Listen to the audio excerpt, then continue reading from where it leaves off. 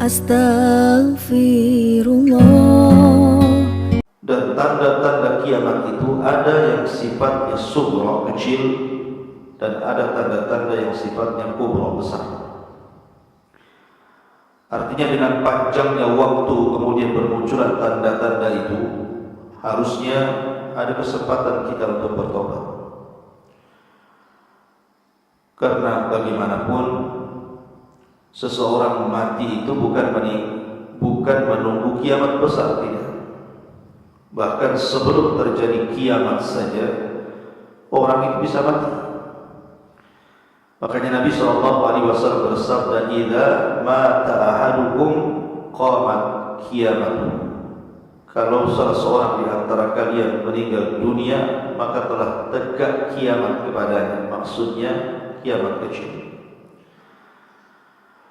Kalau boleh saya ringkas tentang tanda-tanda kiamat ini,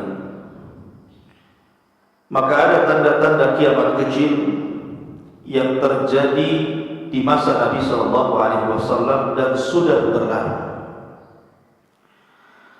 Yang kedua, ada tanda-tanda kiamat kecil yang berlaku setelah meninggalnya Nabi SAW. Ada yang telah terjadi dan ada yang terus terjadi sampai mendekati tanda-tanda kiamat besar. Dan ada tanda-tanda kecil itu terjadi di zaman sekarang. Dan juga ada tanda-tanda kiamat kecil itu diletakkan di sela-sela tanda-tanda kiamat besar. Ini 4 pembahasan yang kita akan bahas. Mudah-mudahan cukup waktunya. Yang pertama, tanda-tanda kiamat yang terjadi di saat Nabi SAW masih hidup. Nabi SAW bersabda dalam sebuah hadis, "Bu'ithtu ana was-sa'atu kahataini wa yaqrubu baina isbi'aihi as-sabbabati wal wusta." Kata Nabi SAW, aku diutus dengan hari kiamat itu seperti begini, mengisyaratkan jari tengah dan jari telunjuknya, kemudian merapatkannya.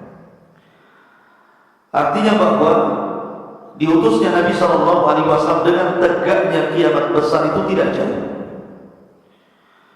Kenapa tidak jauh? Karena tidak ada Nabi setelah Nabi SAW dan tidak ada umat setelah umat Nabi SAW. Artinya tinggal nunggu kiamat ini didatangkan saja. Makanya Rasul mengatakan seperti itu. Yang kedua, di antara mukjizat Nabi SAW adalah insyiqaqul qamar. Bulan terbelah menjadi 2. Jadi ketika orang-orang musyrik datang kepada Nabi SAW meminta mukjizat, kalau memang Anda seorang Nabi, buktikan bahwa Anda memiliki keanehan. Maka Nabi SAW mengisyaratkan telunjuknya ke langit, persis mengarah ke bulan. Tiba-tiba kemudian bulan itu terbelah menjadi 2. Yang separuhnya jatuh persis di atas Jabal Abi Qubais, dan yang separuhnya lagi kemudian menggantung di langit. Dari sini Allah Subhanahu wa taala mengisyaratkan dalam Al-Qur'an, "Iqtarabatis sa'atu wa insyaqqal qamar wa iyyaru ayatan yu'ridu wa yaqulu sihrun mustamir." Telah dekat hari kiamat ketika bulan terbelah menjadi 2. Tapi apa yang terjadi setelah mereka betul-betul melihat bulan terbelah menjadi 2? Dan tentu ini lebih hebat daripada mukjizat Nabi Musa yang membelah lautan. Karena membelah lautan itu hanya dilihat orang-orang yang ada di sekitar lautan saja. Tetapi bulan ini terbelah bisa dilihat semua orang, karena posisinya di atas. Di mana saja bisa melihat bulan. Mau di ujung timur, barat, selatan, utara. Tetapi Allah Subhanahu wa taala gambarkan, "Wa iyyaru ayatan yu'ridu." Ketika betul-betul tanda-tanda itu dimunculkan oleh Allah Azza wa Jalla, justru mereka berpaling dan mengatakan, "Dhahara sihru Muhammad." Oh, telah tampak sihirnya si Muhammad itu. Makanya Allah mengatakan wa yaqulu sihrun mustamir, dan terbelahnya bulan itu satu tanda dari tanda-tanda kiamat kecil. Ma'asyiral muslimin yang dimuliakan Allah Azza wa Jalla. Kemudian di antara tanda-tanda kiamat, dan itu sudah berlalu, diutusnya Nabi SAW, termasuk juga wafatnya Nabi SAW, termasuk juga bulan terbelah menjadi dua, itu semua tanda-tanda kiamat kecil. Dan ada tanda-tanda kiamat kecil di zaman Nabi SAW diisyaratkan dalam setiap peristiwa. Seperti Nabi SAW mengatakan, ketika Nabi SAW berada di Tabuk, dalam perang Tabuk, Rasul berada di tendanya. Kemudian Auf ibn Malik al-Ashjari radhiyallahu anhu datang menemui Rasul dan mengatakan, "Ataitu Nabi sallallahu alaihi wasallam fi ghazwati Tabuk wa huwa fi qubbatin min ar." Aku mendatangi Rasul sementara Rasul berada di tendanya ketika itu. Maka Nabi sallallahu alaihi wasallam kemudian berkata, "Udun sittan baina yaday sa'ah." Perhatikan 6 perkara sebelum tegaknya kiamat. Salah satunya Nabi SAW mengatakan, "Mauti thumma fathu Baitul Maqdis." Kematianku dan terbebasnya Baitul Maqdis. Artinya kematian Nabi SAW menjadi tanda-tanda kiamat. Kemudian setelahnya fathu Baitul Maqdis di zaman siapa? Umar Ibn Khattab menguasai Baitul Maqdis dan merebut Persia jatuh ke tangan kaum muslimin. Adapun kejadian-kejadian tanda-tanda kiamat setelah Nabi SAW meninggal, bahkan terjadi di zaman keemasan yang Nabi SAW sabdakan, "Khairun nasi qarni, thumma alladhina yalunahum, thumma alladhina yalunahum." Sebaik-baik generasi, kata Rasul, generasi aku dan sahabat. Kemudian generasi setelahnya dan setelahnya, artinya sahabat, tabi'in dan tabi'ut tabi'in. Di situ banyak terjadi tanda-tanda kiamat. Di antaranya ketika Nabi SAW menceritakan tentang 2 kelompok yang berperang. Padahal 2 kelompok ini masing-masing dakwahnya satu, mentauhidkan Allah Subhanahu wa taala dan mengikuti Nabi SAW, tapi berperang. Dan itu tanda-tanda kiamat. Dan itu disyaratkan kepada 2 peperangan yang sangat besar yang memakan korban ribuan. Pertama, perang Siffin. Perang Siffin ini perang antara kubu Ali ibn Abi Thalib radhiyallahu anhu dan kubu Muawiyah yang ada di Syam. Kemudian yang kedua, perang Jamal. Perang Jamal juga terjadi di zaman yang sama antara kubu Aisyah radhiyallahu anha, Abdullah ibn Zubair dan yang lainnya dengan kubu Ali radhiyallahu anhu, dan itu memakan korban yang sangat banyak, ribuan. Ada yang mengatakan 70.000, banyak yang meninggal dunia. Dan itu diantara fitnah yang Nabi SAW sabdakan lewat Hudzaifah bin Yaman. Karena Nabi SAW sudah mengisyaratkan ikhwan, syariat Islam ini kan sempurna. Tidak mungkin Rasul wafat kecuali menyempurnakan Islam. Dari sini turun surat Al-Maidah, "Al-yauma akmaltu lakum dinakum wa atmamtu 'alaikum ni'mati wa raditu lakumul Islam dinan." Artinya Islam ini sudah sempurna, tidak boleh ditambah, tidak boleh dikurang. Bahkan suatu ketika Nabi SAW pernah berkhutbah, bayangkan, Rasul sholat fajar, sholat subuh. Setelah sholat subuh, Rasul berkhutbah, tidak berhenti sampai zuhur. Anda bisa bayangkan? Saya aja ngomong 1 jam sudah haus. Ini Nabi SAW khutbah dari subuh sampai zuhur. Kemudian Rasul sholat zuhur. Kemudian Rasul naik lagi ke mimbar, khutbah lagi sampai asar. Kemudian Nabi SAW sholat asar. Kemudian selepas sholat asar Rasul khutbah lagi sampai maghrib. Bayangkan, dari subuh sampai maghrib Rasul berkhutbah. Siapa yang kuat khutbah seperti ini? Bicara terus. Apa yang dibicarakan Nabi SAW? Nabi SAW bicara tentang peristiwa-peristiwa yang akan berlaku sejak zaman dia berkhutbah sampai dia dibangkitkan. Sampai sahabat mengatakan wa a'lamuna ahfaduna. Dan orang yang paling alim adalah orang yang paling banyak menghafal apa yang disabdakan Rasul sejak fajar sampai maghrib. Dan sahabat yang paling mampu menghafal khutbahnya Rasul kala itu ada siapa? Hudzaifah bin Yaman. Dia bisa merekam sabda Rasul dari fajar sampai maghrib. Dan Hudzaifah menceritakan di antara ringkasannya, kata Hudzaifah, Nabi menjelaskan tentang tanda-tanda kiamat, bahwa ada tanda-tanda kiamat itu, kata beliau, di mana tidak ada satupun rumah dari rumah kaum muslimin kecuali masuk di dalamnya. Nanti kan jelaskan apa di antara tanda-tanda. Kok ada tanda-tanda kiamat itu tidak ada satu rumah kecuali dimasuki. Ma'asyiral muslimin yang dimuliakan Allah Azza wa Jalla. Nah, di antara tanda-tanda kiamat kecil adalah juga narun azimatun takhruju min ardil Hijaz. Api yang sangat besar yang dijelaskan dalam sejarah, saking besarnya api sampai tingginya 3 kali menara. 3 kali menara. Ya, kalau menara berapa meter? Kalau seandainya menara itu 10 meter, 30 meter api itu. Ini pernah terjadi sampai-sampai Al-Imam Ibnu Syihab Al-Maqdisi rahimahullah telah menceritakan dalam bukunya. Jadi ada sebuah daerah namanya Harra.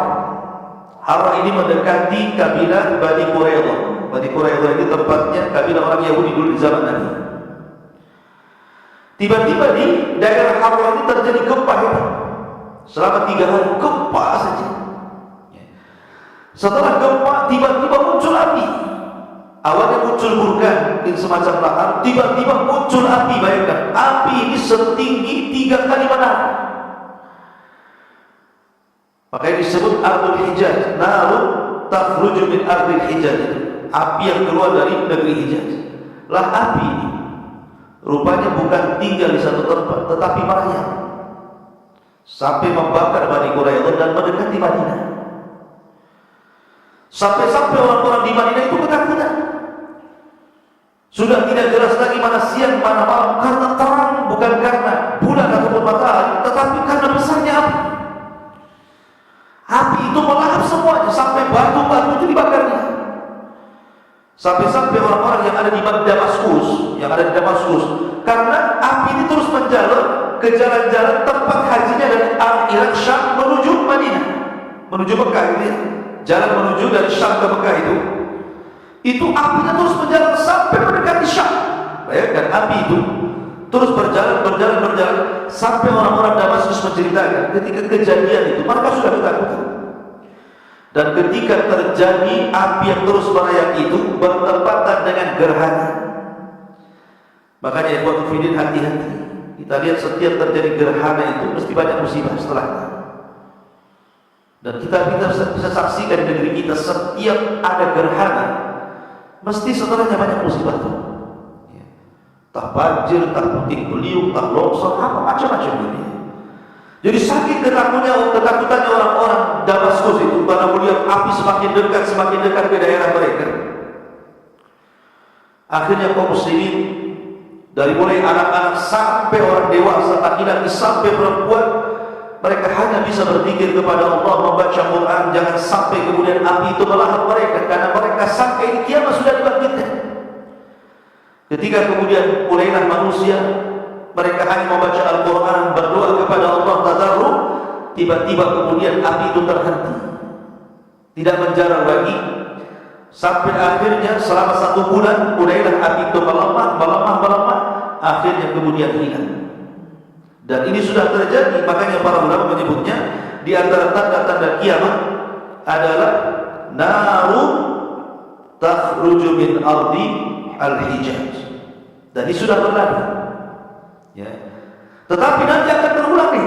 Kejadian ini akan terulang. Kapan? Di akhir tanda-tanda kiamat besar. Di mana Nabi SAW mengatakan narun takhruju min ardi adnin tuqradun nas ila mahsyarihim, kata Rasul. Api ini akan keluar lagi, tetapi bukan di Hijaz, tetapi permulaannya di Yaman dulu, di negeri Aden. Bahkan NASA sudah membuat semacam penelitian dengan satelit dan kecanggihan mereka, memang di bumi Aden itu sudah banyak vulkan di dalamnya. Kalau seandainya itu pecah, maka tidak ada api yang lebih besar kecuali api yang terkandung di bawah negeri Aden. Dalam riwayat, "Nar takhruju min ardil Hijaz." Ada kemudian yang menggabungkan dua riwayat ini, karena bagaimanapun dalam sebuah kaidah mustalahul hadis, jam'u baina adillataini aula min tarki ahadihima, menggabungkan dua riwayat itu tentu lebih baik dibandingkan meninggalkan salah satunya. Ada yang mengatakan bahwa api ini keluar dari Aden dulu, Yaman, kemudian akan membakar seluruh lautan Yaman. Kemudian api ini terus merayap, lah di Hijaz juga akan muncul api itu, api yang sama. Kemudian akan menyatu api Yaman dan Hijaz, barulah kemudian mereka akan menggiring manusia ke tempat berkumpul mereka di Syam. Karena Syam adalah ardul mahsyar, di mana manusia akan dikumpulkan di Syam. Disitulah kiamat dibangkitkan. Dan ini juga tanda-tanda kiamat besar. Apa tanda-tanda kiamat yang mirip dengan tanda-tanda kiamat kecil. Kemudian juga di antara tanda-tanda kiamat yang disabdakan Nabi sallallahu alaihi wasallam, wiladatul amati rabbataha, di mana anak seorang budak menjadi tuan. Ingat hadis Jibril yang sangat panjang. Hadis Jibril itu disebut oleh para ulama sebagai induk hadis. Jadi kalau antum bicara tentang Quran, ada induk Quran namanya Ummul Kitab Al-Fatihah. Kalau dalam hadis itu ada induk hadis. Semua hadis terinduk kepada hadis ini. Namanya hadis Jibril yang bertanya tentang Islam, iman, ihsan. Itu namanya induk hadis. Lah ketika Nabi sallallahu alaihi wasallam ditanya oleh malaikat Jibril tentang Islam, Rasul menjawab. Tentang iman, Rasul menjawab. Tentang ihsan, Rasul menjawab. Tetapi ketika Nabi sallallahu alaihi wasallam ditanya tentang kapan kiamat, Rasul tidak menjawab. Kenapa? Karena Rasul tidak punya pengetahuan tentang itu. Tetapi ketika Nabi SAW ditanya tentang tanda-tandanya, Rasul SAW menjawab. Salah satunya adalah Nabi SAW bersabda ketika ditanya tanda-tandanya adalah antalidal amatu rabbataha. Jika kau melihat ada seseorang yang dilahirkan dari seorang budak, kemudian dia pula yang menjadi tuan orang tuanya. Sebagian para ulama mengatakan, apa maknanya? Kenapa ada budak menjadi tuan? Ada yang mengatakan karena terlampau banyak perluasan daerah-daerah kaum muslimin. Di zaman itu kan banyak perluasan. Di zaman Abu Bakar kan sudah meluaskan kekuasaan. Di zaman Umar makin luas. Di zaman Utsman makin luas sampai ke Afrika kan ini. Kecuali di zaman Ali, dan Ali itu disibukkan dengan perang saudara. Tapi di zaman Muawiyah mulai lagi perluasan. Ya. Sehingga dengan banyaknya perluasan negeri-negeri Islam, kemudian banyak wanita-wanita yang ditawan dan menjadi budak, ya kan? Akhirnya kemudian dengan banyaknya perbudakan, maka banyak yang kemudian anak-anaknya merdeka karena digauli oleh tuan yang merdeka. Kemudian anak inilah yang menguasai ibunya. Ada yang mengatakan seperti itu. Ada juga yang mengatakan bahwa yang dimaksud di sini adalah kinayah daripada hukukul walidain. Anak yang durhaka kepada orang tua seolah-olah dia pula yang mengatur orang tua. Nah, itu juga masuk pada antalidal amatu rabbataha. Ma'asyiral muslimin yang dimuliakan Allah Azza wa Jalla. Kemudian juga di antara tanda-tanda yang disebutkan Nabi sallallahu alaihi wasallam, kathratul mal wal istighna anis sadaqah. Di mana harta itu akan melimpah sehingga orang tidak perlu sedekah lagi. Sampai orang yang datang bersedekah hari ini, dia mengatakan, kenapa kau enggak kemarin saja sedekah? Aku sudah banyak hartanya. Atau sampai orang yang diberikan 1000 dinar, dia enggak mau, marah nih. Kecil bagi dia 1000 dinar itu. Padahal itu yang besar. Ya, karena orang semua kaya.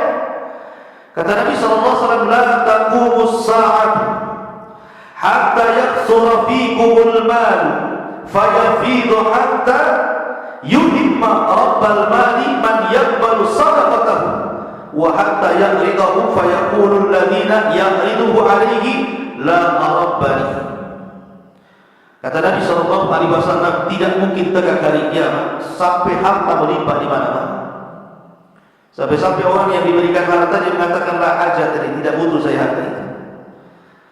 Bayangkan, ini sudah terjadi di zaman siapa? Di zaman Umar bin Abdul Aziz. Walaupun Umar bin Abdul Aziz itu tidak berkuasa lama sebenarnya. Umar bin Abdul Aziz itu hanya 2 tahun tak bisa dia berkuasa. Tetapi karena dia dipenuhi dengan keadilan, hanya dalam tempo 2 tahun lebih, masyarakat Islam tidak ada yang miskin, tidak ada orang fuqara wal masakin, sampai orang sibuk bingung mau sedekah sama siapa, karena semua orang menjadi kaya. Ada juga yang mengatakan, apa penyebabnya?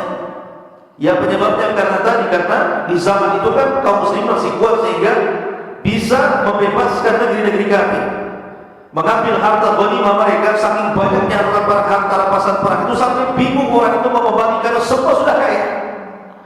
Nah, ini juga diantara keterangan para ulama tentang masalah ini. Kemudian juga zuhurul fitnah, banyaknya fitnah yang akan berlaku.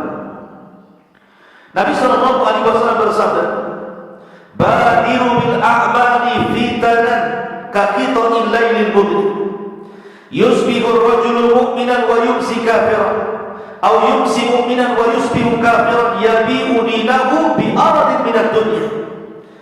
Bersegeralah kalian beramal dengan amalan yang saleh yang banyak sebelum datang fitnah seperti penggalan malam yang sangat gelap. Maksudnya penggalan malam yang sangat gelap itu, antum kalau berjalan di tengah malam tanpa ada penerangan, tentu antum akan nabrak sana sini kan gitu, akan nabrak pohon ini, akan kesandung batu ini, begitulah. Lah fitnah ini diumpamakan dengan antum berjalan di malam hari, nabrak sana nabrak sini. Sehingga Nabi SAW mengatakan, yusbihur rajulu mu'minan wa yumsi kafiran, sampai ada orang di pagi hari dia beriman, sore sudah kafir, sore beriman, pagi pula sudah kafir. Kenapa? Yabi'una dinahu bi aradin minad dunya, dia jual agamanya dengan harga yang rendah dari dunia. Dan ini sudah berlaku. Apalagi di zaman sekarang nih, orang murtad itu mudah, hanya karena menikah dengan orang kafir masuk kafir, hanya urusan bisnis bisa masuk kafir. Nah di sini para ulama mengatakan ketika menyebutkan badilu bil a'mali fitnah, bersegera beramal sebelum datang fitnah yang datangnya seperti potongan malam yang sangat gelap di sini. Kata para ulama, hadar Nabi sallallahu alaihi wasallam ummatahu min al-fitanil 'azimati allati satadharu fihi. Kata para ulama, di sini Rasul hendak memberikan takdir peringatan kepada kita kaum muslim bahwa akan datang fitnah yang sangat besar yang akan menimpa kaum muslim, dan itu diuji tentang istiqomah seseorang, tentang iltizam seseorang di dalam memegang syariat Islam. Kalau seandainya orang istiqomah maka dia bisa keluar dari fitnah, tapi kalau orang tidak istiqomah maka jangan harap keluar dari fitnah. Ada juga yang mengatakan bahwa fitnah di sini adalah peperangan di mana-mana. Kemudian termasuk juga kata Nabi sallallahu alaihi wasallam, la taqumu as-saa'ah hatta yakthurul qital. Tidak akan terjadi hari kiamat sampai banyaknya peperangan dan pembunuhan, atau dalam riwayat al-harj, pembunuhan. Dan pembunuhan ini, pembunuhan itu kan ada dua ya. Ada pembunuhan karena sebab, ada pembunuhan karena tidak ada sebab. Tanpa sebab orang dibunuh gitu ya. Ada pembunuhan karena sebab, mungkin karena sebab dia berzina dengan zina muhsan, dirajam mati, atau karena membunuh kisos, atau karena dia murtad, man baddala dinahu faqtuluh, siapa yang murtad dari agamanya bunuh. Ada sebab-sebab orang itu kenapa dibunuh. Tetapi ada orang yang membunuh itu tidak ada sebab, dan itu yang paling banyak. Sampai-sampai Nabi SAW mengisyaratkan tentang masalah ini, al-qatilu la yadri fi man qatal, wal maqtulu la yadri fi man qutil.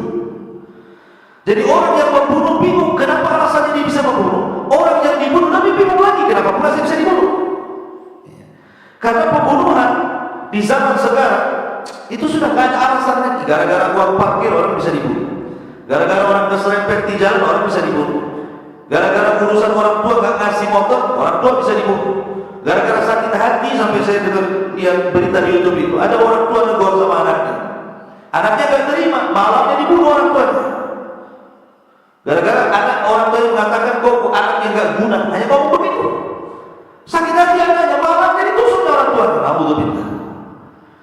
Coba, kalau sudah sama orang tuanya saja berani membunuh, tentu sama orang yang tidak ada kebaikan sama sekali berani membunuh.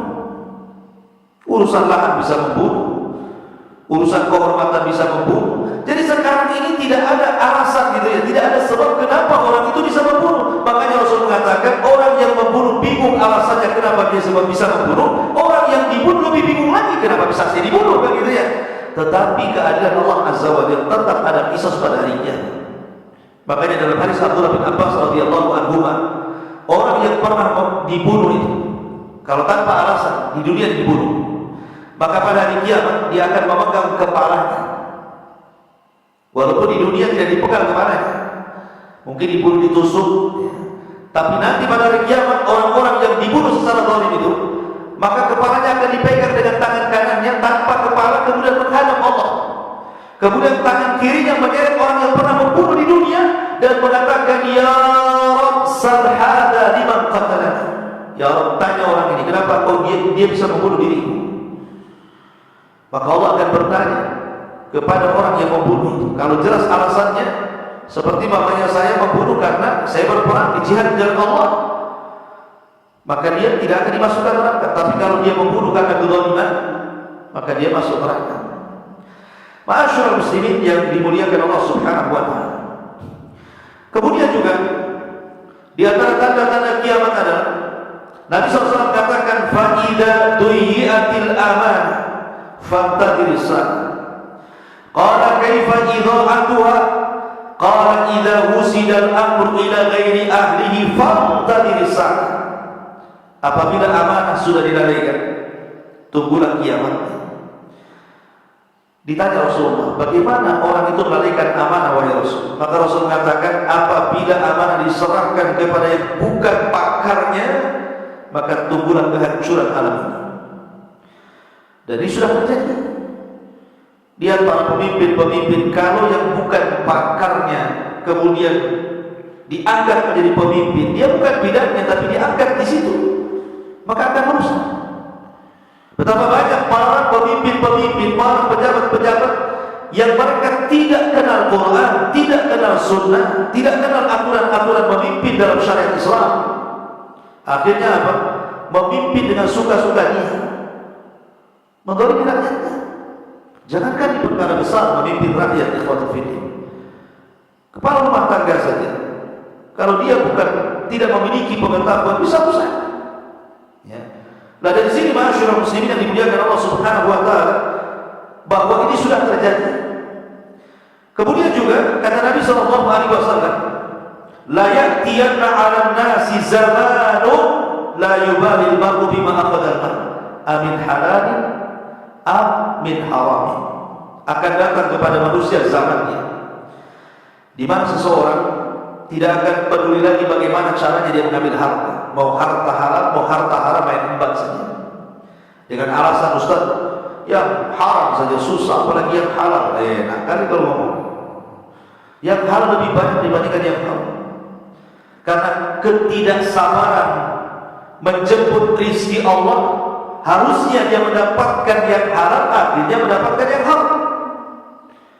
Maka di zaman Ali radhiyallahu anhu, ada seorang pengemis datang kepada Ali radhiyallahu anhu meminta sesuatu. Ali ini akhlaknya sama dengan Rasul, pantang diminta dia kasih. Ali teringat dia punya uang 400 dirham. Kata Ali, tunggu ya, saya akan cari. Dicarinya oleh Ali radhiyallahu 400 dirham itu, rupanya gak ketemu. Karena namanya pengemis ini menanti-nanti Ali radhiyallahu anhu, akhirnya dia dongkol, pergi dia. Sebelum pergi dia curi pula pelana kudanya Ali itu, kemudian pergi. Allah takdirkan setelah orang ini pergi, ketemu pula uang 400 dirham itu. Ali bergegas keluar ketika hendak memberikan kepada pengemis itu. Hilang pula pengemis itu, yang dagang pembantunya, dan melaporkan bahwa pelana kudanya hilang. Maka Ali radhiyallahu mengatakan, sebenarnya tadi saya hendak memberikan 400 dirham ini kepada pengemis, tetapi karena dia sudah tidak ada, ambil uang ini kau belikan pelana baru di pasar sana. Berangkat dia ke pasar. Rupanya di pasar ada orang yang jual pelana. Setelah ditawar-tawar 400 dirham juga harganya. Kemudian dibawa pulang, diserahkan kepada Amirul Mukminin Ali radhiyallahu anhu. Kata Ali, Allahu Akbar, ini kan pelana kita. Dari mana kau beli? Akhirnya dia mengatakan, dari fulan, sifatnya seperti ini, orangnya kayak gini. Allahu Akbar, kata Ali. Ali mengenali bahwa yang menjual itu seorang pengemis tadi. Makanya Ali bertakbir, Allahu Akbar. Kalau orang itu mau sabar, dia akan mendapatkan 400 dengan cara halal. Tapi karena dia tidak sabar, maka dia mendapatkan dengan cara haram. Orang mendapatkan rizki haram itu karena tidak sabar. Ingat, rizki itu kan sudah ditentukan oleh Allah di Lauhul Mahfuz. Tidak mungkin meleset. Tidak ada ceritanya malaikat kasih rizki salah alamat itu. Kalau salah alamat, malaikat kawin. Ya. Tidak ada ceritanya malaikat salah alamat. Cuma kita yang tidak sabar, akhirnya mencari rizki yang haram pada rizki yang halal banget. Dan itu tanda-tanda kiamat di zaman sekarang. Sudah orang tak perlu, yang penting dapat uang, mau bagaimanapun caranya. Dan itu tanda-tanda kiamat yang disebutkan dalam hadis Nabi SAW di sini. Ma'asyiral muslimin yang dimuliakan Allah Subhanahu wa taala. Kemudian juga tawakuf al-jizyah wal kharaj. Berhentinya pembayaran jizyah. Kalau dulu kan ada namanya jizyah. Seperti Nabi SAW ketika menyerbu Bani Quraidah, kemudian Bani Quraidah, kemudian Bani Nadir, kemudian terakhir perang di Khaybar. Rasul menang dan pasukan dan para sahabat. Orang-orang Yahudi takut ke tangan kaum muslimin. Rasul tidak memaksa mereka masuk Islam. Akan tetapi Nabi SAW meminta mereka untuk membayar jizyah, upeti. Ya. Makanya Allah mengatakan, hatta yu'tul jizyata an yadin wa hum saghirun. Mereka harus membayar upeti dan mereka harus merasa rendah di tengah kaum muslimin. Tetapi jizyah ini sudah tidak ada lagi. Dan nanti di akhir zaman, di zaman Al-Mahdil Muntadhar akan berlaku lagi. Ya. Ma'asyiral muslimin yang dimuliakan Allah Subhanahu wa taala. Kemudian juga di antara al-futuhat wal hurub, banyaknya pembebasan negeri-negeri dan banyaknya peperangan di mana-mana. Bahkan Nabi SAW ketika mengisyaratkan bahwa Persia akan jatuh ke tangan kaum muslimin, akhirnya terkuasai di zaman siapa? Di zaman Umar.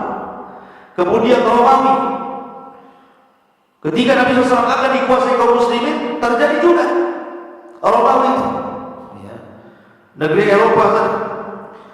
Kemudian juga ketika Nabi SAW menceritakan tentang akan hilangnya negeri Kisra dan Kaisar, dan itu juga terjadi. Kata Rasul, apabila mati Kisra, maka tidak ada Kisra setelahnya.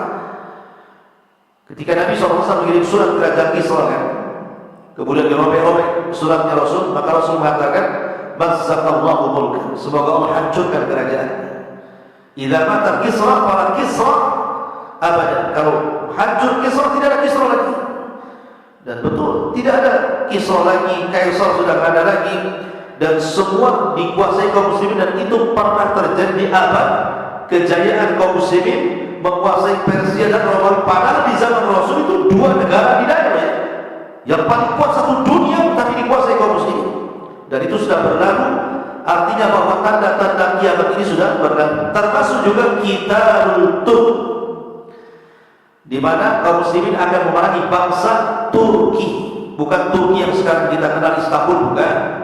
Maksud Turk di sini artinya adalah Tatar, tentara Mongolia bahasa kitanya, ya, yang sipit-sipit, bulat-bulat gitu, yang pendek-pendek, persis kayak orang Cina gitu. Tapi bukan Cina, maksudnya di sini Tatar kan. Ya, Tatar itu pernah terjadi peperangan kaum muslimin melawan Tatar di zaman Syekhul Islam Ibnu Taimiyah rahimahullah taala, dan kaum muslimin dimenangkan. Padahal Tatar ini Bugis, ya, rajanya siapa? Genghis Khan waktu itu kan, sampai menguasai Baghdad, menumpahkan darah, membakar kitab Ahli Sunnah, merobohkan semua Baghdad, membantai kaum muslimin habis-habisan. Tetapi kemudian Allah Subhanahu wa taala memenangkan ketika perang Tatar berhasil menguasai Baghdad, tidak itu karena siasatnya orang-orang Syiah. Ya, jadi kerjasama dengan orang-orang Syiah, kemudian dijebaknya khalifah sampai dibunuh, kemudian akhirnya mereka masuk ke negeri Baghdad, dibantainya negeri Baghdad, dihancurkannya bangunan, ulamanya dibantai, kitab-kitab ahli sunnah dibakar. Dari situlah banyak yang raib tentang rujukan kaum muslimin, karena kitab-kitabnya banyak dibakar. Alhamdulillah masih banyak yang tersisa, tapi sebagian besar dibakar oleh orang-orang Tatar. Tapi Allah menangkan di zaman Syaikhul Islam Ibnu Taimiyah, maka kaum muslimin berhasil mengalahkan Tatar.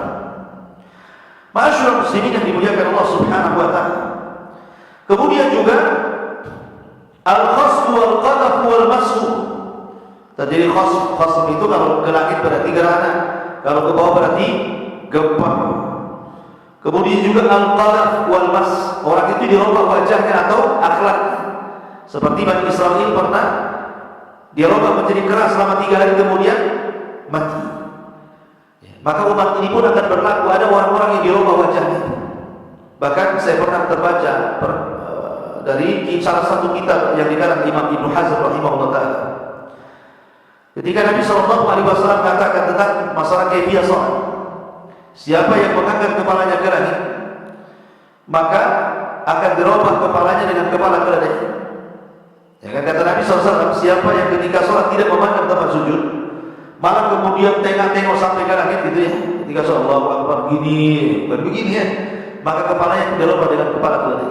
Kata Imam Ibnu Hazm, di zaman dia ada orang yang kemudian ingin mencoba hadis itu. Hadis ini nggak benar, mana kepala saya dirubah jadi keledai.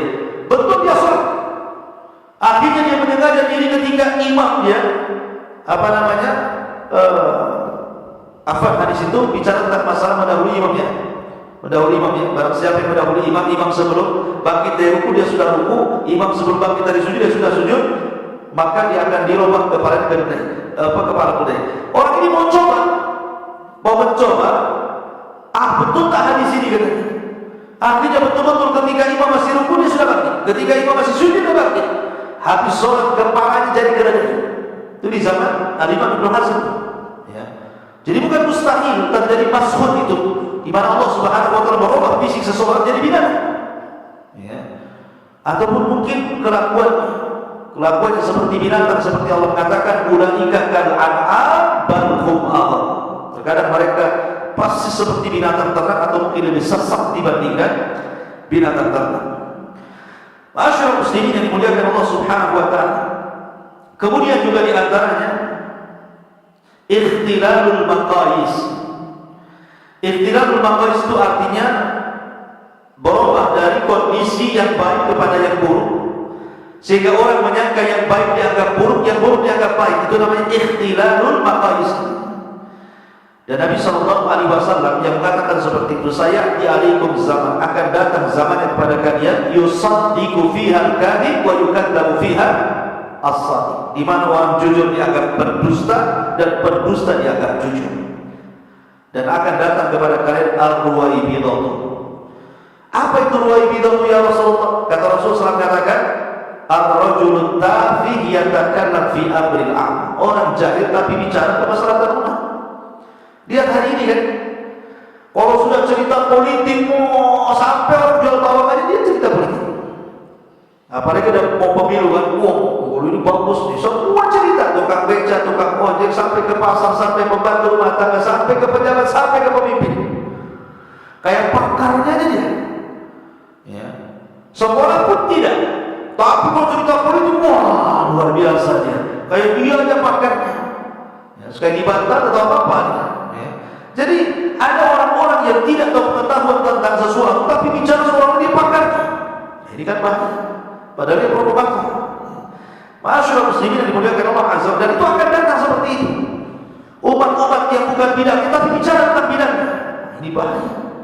Makanya Syaikhul Islam Ibnu Taimiyah mengatakan, separuh dokter merusak pasien, separuh insinyur merusak bangunan, separuh ulama merusak umat.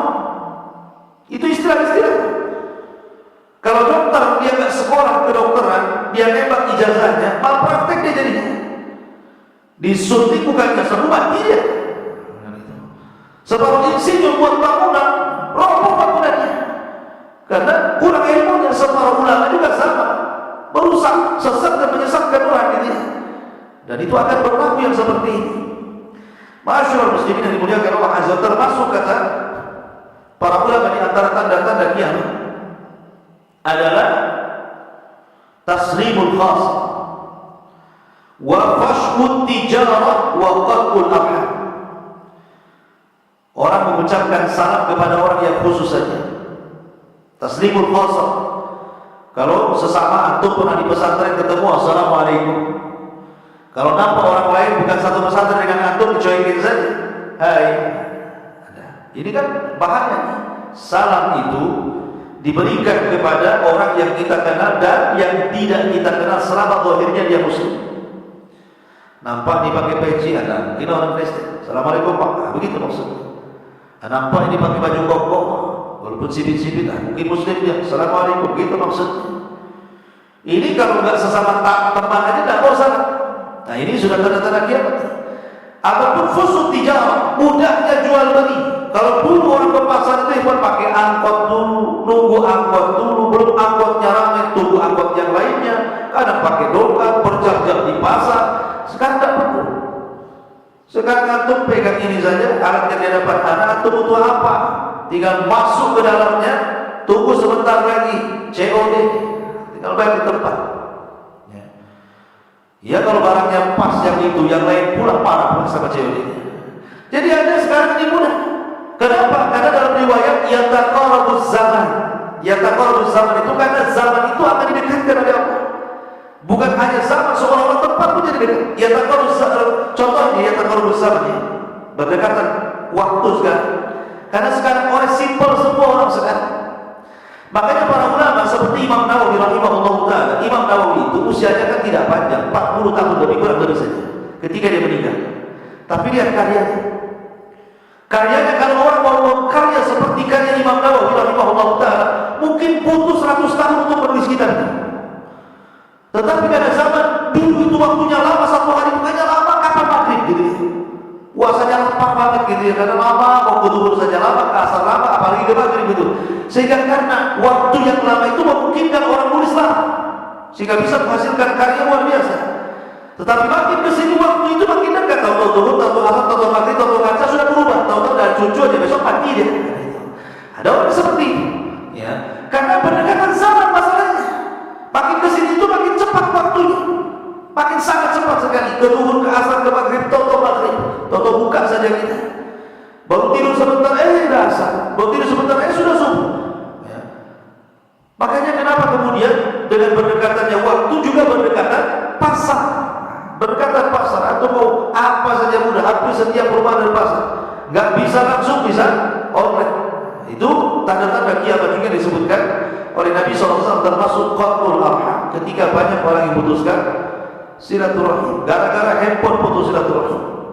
Kalau dulu mau ketemu orang tua itu belum ada handphone, ngumpulin duit 1 tahun kerja dia bela-bela makan super bisa 1 tahun supaya dia bisa pulang kampung kan, ketemu orang tuanya kan. Ketika ketemu orang tuanya, masya Allah nangis, mungkin air mata itu 1 ember kalau mau ditampung, saking rindunya sama orang tua. Ya dipeluk-peluknya dia sama orang tua, mau pergi pun sama. Ya. Sekarang sudah ada handphone, ngapain tak ada anak, selesai, tak ada rindu-rinduan lagi. Ya. Sekarang sudah ada ini, terputus silaturahim. Ini bisa memutus silaturahim. Kadang-kadang orang tua yang berkali-kali dibiarin sama anaknya, benar? Paling minta duit kan? Celaka itu. Ya. Jadi gara-gara ini terputus silaturahim. Ini yang sangat mudah yang jelas di hadapan kita. Ya, dari sini makanya kenapa tanda-tanda kiamat ini sudah makin dekat, makin setiap hari itu ada saja tanda-tanda yang muncul. Hampir mungkin 99% tanda-tanda itu sudah muncul, tanda-tanda kiamat kecil. Ada tanda-tanda yang mungkin belum terjadi seperti Audatul Jaziratil Arab, kembalinya Jazirah Arab Jannati wa Anhar, di mana nanti Jazirah Arab yang sekarang kering rontak banyak pada pasir sana sini nanti akan hijau. Ada pun prediksi orang katanya Jazirah Arab sudah hijau belum? Itu pengairan irigasi yang dibuat mereka, taman-taman yang dibuat mereka. Tidak, bukan tumbuh alami, ini tumbuh alami ini, bukan dibuat, bukan. Memang Allah Subhanahu wa Ta'ala takdirkan negeri Arab dari subur, bukan karena dibuat taman kemudian irigasi air, bukan itu. Ya, karena ada orang yang salah paham. Kemudian juga intifaul ahillah, nanti akan terjadi gerhana bulan itu sangat besar mendekati bumi, seolah besar kan bulan itu. Kalau sekarang kan masih jauh tuh kalau gerhana, tapi nanti suatu ketika akan terjadi gerhana, kayaknya gerhana itu akan besar sekali kayak depan kita itu bulan itu, dan itu belum terjadi gitu ya. Namanya intifaul ahillah, sebagaimana yang hadis yang disahihkan Syekh Nasiruddin Albani rahimahullah taala. Termasuk juga taklimus sibah wal jimadil insan. Jadi belum terjadi di mana pohon bisa binatang-binatang buas bisa bicara. Termasuk juga al-jamad, batu-batu, cadas-cadas gitu bisa bicara. Nah, ini belum terjadi dan akan terjadi. Bahkan kelak di akhir zaman akan dikuatkan lagi dengan hadis ketika bicara tentang Mahamatul Kubra itu, di mana orang Yahudi sembunyi di balik batu. Batu pula ngomong, Muslim, ada Yahudi di belakang saya, bunuh dia. Semua pohon bisa bicara, memberitahu persembunyian orang-orang Yahudi yang lari. Kemudian mereka bersembunyi di semua tempat kecuali satu pohon yang disebut pohon Gharqad. Nah, ini pohon ini lagi ditanam oleh Israel, sehingga mereka meyakini, karena hadis ini sudah bocor sama orang-orang Israel, sehingga mereka menanam pohon Gharqad. Mereka tahu itu pohon mereka ya, mereka menanam, tapi pernah sempat kebakaran itu, ditanam pula lagi sama dia. Waktu film jangan Allah Azza, termasuk juga yang belum terjadi inhisarul Furat an Jabal min al-Dhahab, di mana nanti sungai Efrat itu akan kering, kemudian akan muncul gunung semuanya pas. Itu yang diperebutkan 3 anak khalifah. 3 anak khalifah akan memperebutkan itu, tetapi jangan disyaratkan kepada Raja Salman hari ini. Katanya Raja Salman punya 3 anak, itulah yang akan memperebutkan pembenaran emas di sungai Efrat. Dari mana penafsiran ini? Nabi hanya menyebutkan 3 anak khalifah, 3 anak khalifah, dan tidak disebutkan juga Mekah, tidak disebutkan tentang negeri Madinah. Ya. Jadi ini anak khalifah mana satu gitu, nggak bisa kita memprediksi karena ini perkara jadi. Nabi SAW hanya menyebutkan 3 anak khalifah memperebutkan bukit emas di sungai Efrat, itu saja selesai. Adapun kapan terjadinya, wallahu alam, yang jelas belum terjadi, karena nanti kalau setelah terjadi akan banyak urus ya, pembenaran keluar dari perut bumi dan akan memakmurkan manusia. Ma'asyiral muslimin yang dimuliakan Allah Subhanahu wa ta'ala, termasuk juga muhadaratul muslimin ilal Madinah. Nabi SAW mengatakan yushikul muslimuna an yuhadaru ilal Madinati hatta yakuna ab'ad masalihim silah. Dan banyak lagi ada namanya fitnah Duhaimah, ada namanya fitnah Ahlas, ada namanya fitnah Jahjah, itu istilah-istilah ya. Dan ini nanti kita akan lanjutkan di esok hari tentang lanjutan tanda-tanda kiamat kecil. Wallahu a'lam, subhanahu wa bihamdika, asyhadu an la ilaha illa anta, astaghfiruka wa atubu ilaik. Allahu ta'ala. Assalamualaikum warahmatullahi wabarakatuh.